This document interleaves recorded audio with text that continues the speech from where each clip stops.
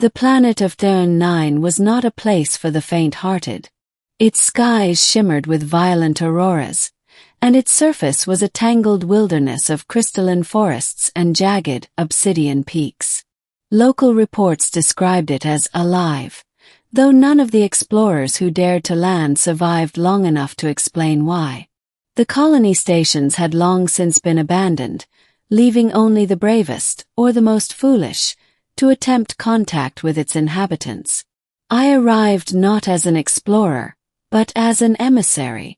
Humanity had received intelligence about an uncontrollable creature, one said to be the galaxy's most dangerous predator, the Karnyx. Rumor had it that no alien species could approach it without either being destroyed or enslaved by its primal psychic influence. And yet, the High Council insisted we negotiate with Thurn 9 for its resources. I was a human, and I was chosen for my reputation. Calm under pressure, a mind able to adapt to chaos, and a heart. Well, a heart that could remain steady when others faltered. I did not know that my first encounter with a Karnyx would be witnessed by someone who had never seen a human act like this. Her name was Lyrian. An elithary diplomat, Lyrian had traveled light years to mediate peace and manage interspecies relations. She was tall, with luminous skin that pulsed faintly in rhythm with her heartbeat, and eyes that seemed to reflect the galaxy itself. From the moment she saw me approach the Karnyx's territory, she expressed doubt, not about the creature but about humanity. "They are unpredictable," she said, her voice soft yet edged with warning. "Humans cannot survive here.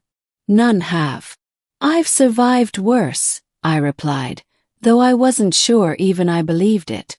The first signs of the Karnyx were subtle.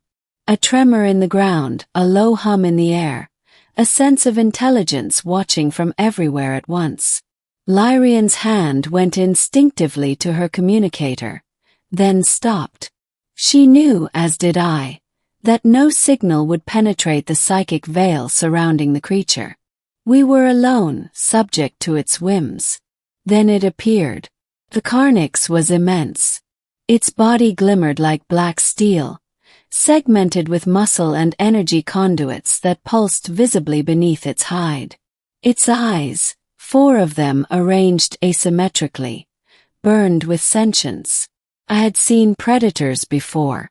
I had faced killers and war machines. But nothing on this scale with this awareness had ever made me hesitate. Lyrian gasped. "It's impossible," she whispered. "No being can control it." I studied the creature, noting its posture, its energy fluctuations, the faint resonance of its psychic emissions. It was territorial, dangerous, aggressive, but not inherently malevolent. It reacted to fear and intent, like a mirror reflecting the mind of whoever approached. Most species had failed because they approached with dominance, attempting to assert control. Humans, however, we approach differently. We observe. We adapt. We communicate not through words but through intention. I stepped forward unarmed. Lyrian's hand shot to cover her mouth. "You cannot," she shouted. "It will destroy you." I held my arms open, palms outward, energy flowing calmly from my presence. I exhaled slowly, clearing my mind. The Karnyx froze. Its head tilted, analyzing, sensing. It had never encountered a human like this, one who did not radiate fear or aggression, one who did not attempt to dominate or flee. For a heartbeat, the universe held its breath. Then I moved. Not fast, not forceful, just a deliberate, measured step. The Karnyx lowered its massive head to eye level. I reached out, hand hovering inches from its ridge of crystal-like spines. Its psychic aura was overwhelming, a tidal wave of raw instinct and intelligence. But I did not flinch. I breathed, I focused, I projected calm.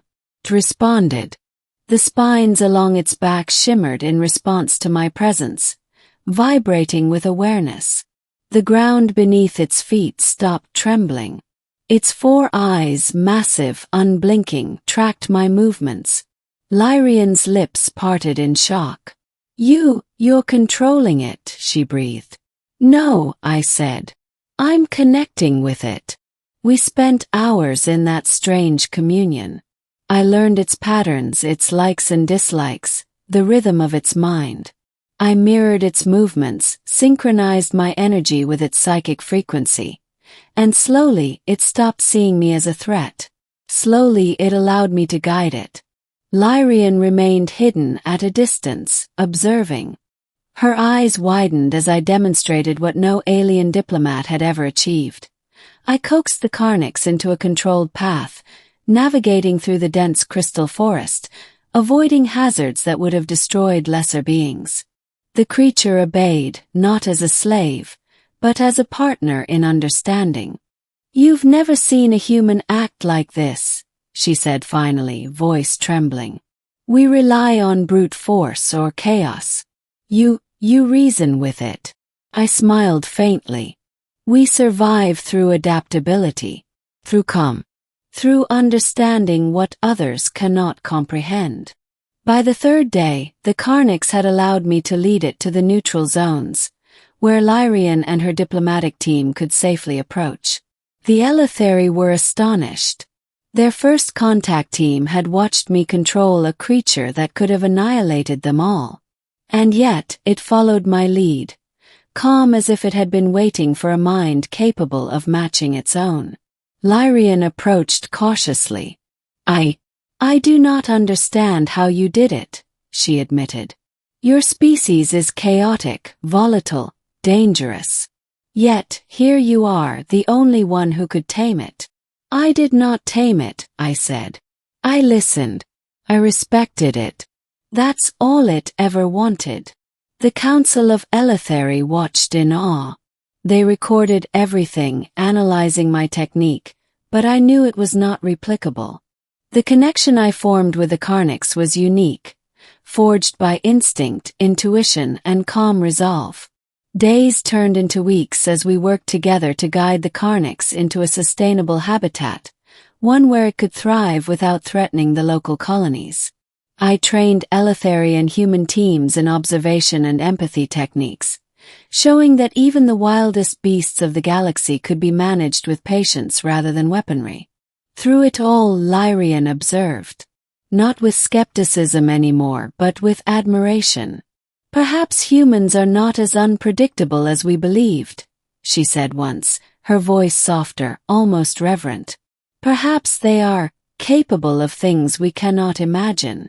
By the time we left Earn 9, the creature had bonded with both species teams, responding to signals, following directions, yet remaining wild and majestic. I had proven that understanding, rather than dominance, could change the course of events in even the most dangerous situations. Lyrian and I stood on the observation deck of our ship, watching the auroras of Earn 9 ripple across the skies below. You've changed my perception of your species, she said quietly. I merely acted as humans should, I replied. We survive, adapt, and sometimes in ways others cannot comprehend. We lead through understanding rather than force. She smiled faintly, a luminous glow in her eyes that reflected both pride and awe. Then perhaps there is hope for the galaxy yet. And as the stars streaked past us, I realized that this encounter would not just be remembered. It would be studied, revered, and told for generations. Not as a story of conquest or battle, but as a testament to what humans could achieve when they chose calm over chaos, understanding over aggression. The Karnyx roamed freely below, wild and untamed, yet perfectly synchronized with our intentions. And the alien woman who had watched in shock now knew. Sometimes the greatest strength lies not in control, but in empathy, patience, and the courage to face the unimaginable without fear.